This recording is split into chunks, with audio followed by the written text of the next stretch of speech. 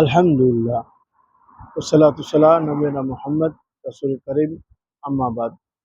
تو دیکھیے بھائیو دوستو، آج کا میرا زبردست ٹاپک ہے۔ چلیے ٹاپک کو اور ہم بڑھتے ہیں۔ انسان کو کس طرح سے جینا چاہیے اور انسان کسے کہا جاتا ہے، اسلام میں یہی چیز بتایا کہ انسان کو کس طرح سے رہنا چاہیے اور انسان کیا ہے۔ وہ انسان کا مطلب ہے کہ سیدھا راستہ پر چلنا، کسی کا بےایمانی نہیں کرنا، کسی کا ٹھگنا نہیں، اور کسی کا مال نہیں ہڑپنا، اور مال ہو تو اس کا مدد کرنا، اور لوگوں کو بھلائی کی طرف بلانا اور برائی سے روکنا، اور اللہ کا احکامات پر عمل کرنا، اسی کو اسلام کہا گیا ہے۔ اور اللہ تعالیٰ نے بھی کہا کہ تم انسان بنو اور انسان کی طرح رہو۔ انسان کی مطلب اسٹیٹ، ایک دم اسٹیٹ ہونا چاہیے۔ اسٹیٹ میں آدمی رہے گا، سیدھا راستہ میں رہے گا، سیدھا رہے گا اور انسان کی طرح جیے گا تو ہر طرح سے امن ہی امن ہے۔ اگر انسان سے تھوڑا شیطان کی طرف چلا گیا تو پھر امن بھی ختم ہو جاتا ہے، پھر وہ انسان نہیں رہتا ہے۔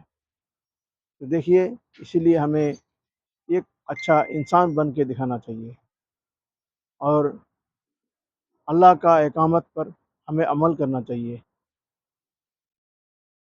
لوگوں کو بھلائی کی طرف بلانا چاہیے، اور لوگوں کا دکھ تکلیف میں ساتھ دینا چاہیے، اور اس سے مشورہ لینا چاہیے۔ یتیموں کا خیال رکھنا، بیواؤں کا خیال رکھنا، غریب مسکینوں کا خیال رکھنا، اڑوس پڑوس کا خیال رکھنا، یہ سارا انسان کا کام ہے۔ اسی لیے اللہ تعالیٰ نے انسان کو پیدا کیا کہ ایک دوسرے کا مدد بنے، ایک دوسرے کا ذریعہ بنے، اور ایک دوسرے کو مدد کرے۔ اور اللہ نے کہا تم کو میں نے مال دیا دوسرے کا مدد کرنے کے لیے، اور اس کا حصہ بھی تمہیں میں نے دے دیا۔ اسی لیے ہمیں ایک اچھا انسان بن کے دکھانا چاہیے۔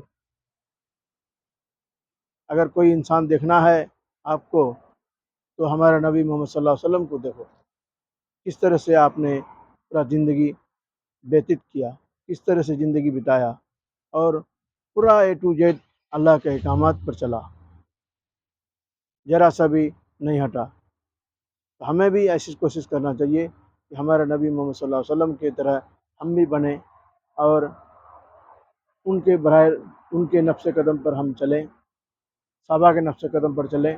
ہمارے اسی میں بھلائی ہے، اسی میں ہمارا کامیابی ہے، اور ہم جنت میں جانے والا بنیں۔ وآخر دعوانا الحمدللہ رب العالمین۔